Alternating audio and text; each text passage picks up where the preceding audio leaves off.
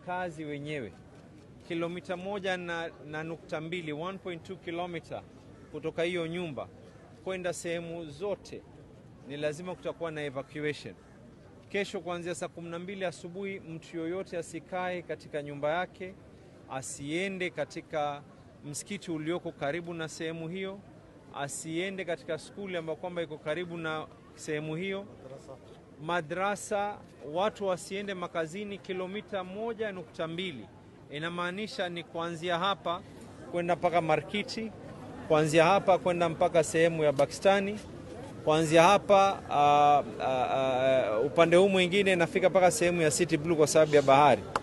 Kile nitawaomba ni lazima tufanye mpango, watu wote will have to vacate.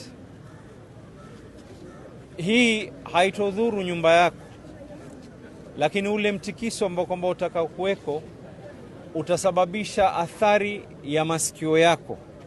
Kila ukiwa karibu, wale wanaofanya kazi hii wanavaa vitu ambao kwamba vinawastiri na sio pamba ukasema kwa unaenda kujieka.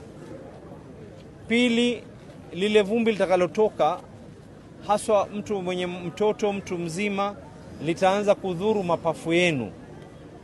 Tatu, kuna uwezekano, hii ni bomu, jumba hata likianguka kuna uwezekano chuma, mawe kuweza kuruka. Ikiruka kuna uwezekano wa kuweza kukupiga wewe kwa sababu ulikuwa pahali ambapo kwamba inafika. Hatutaki kupata athari zaidi. Tumefahamikiana, sio?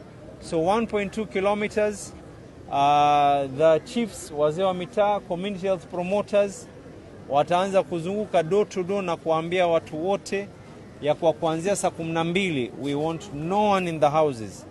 Tafadhalini na warai na nawasihi watu wa Mombasa, hii ni kwa sababu yenu nyinyi, ili musiweze kuumia. Tunawasihi tena, kilomita 1.2 inamaanisha ni kutoka hapa mpaka sehemu ya Markiti. Huu mtaa wote ambao kwamba walioko hapa, watijara, mtaa wote kwenda chini, mtaa huu wa Floringi, Bondeni, hata Coast General tumetoa wagonjwa. Ukitaka kujua umuhimu wa hii, Coast General Hospital tumetoa wagonjwa.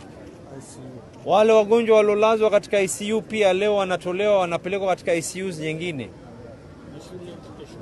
So please, musianze ukaidi. Ikiwa tunatoa watu mpaka wako ICU kutoka kwa vitanda vao, wewe ni nani ambaye kwamba una afya yako usitoke?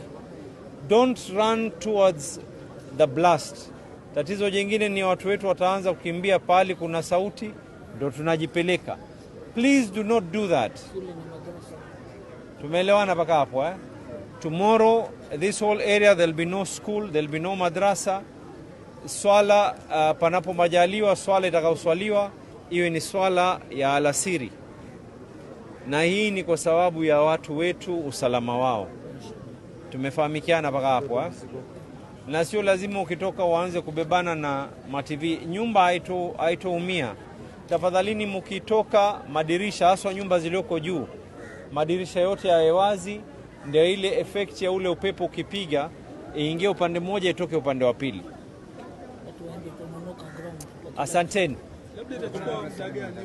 We are hoping that a period of 8 hours we will be done. Haujapatikana, the family is here na nimewaelezea. It is suspected ya kwa pengine kuna mwili. There is a CCTV that is said ya kwa alikuwa within the area.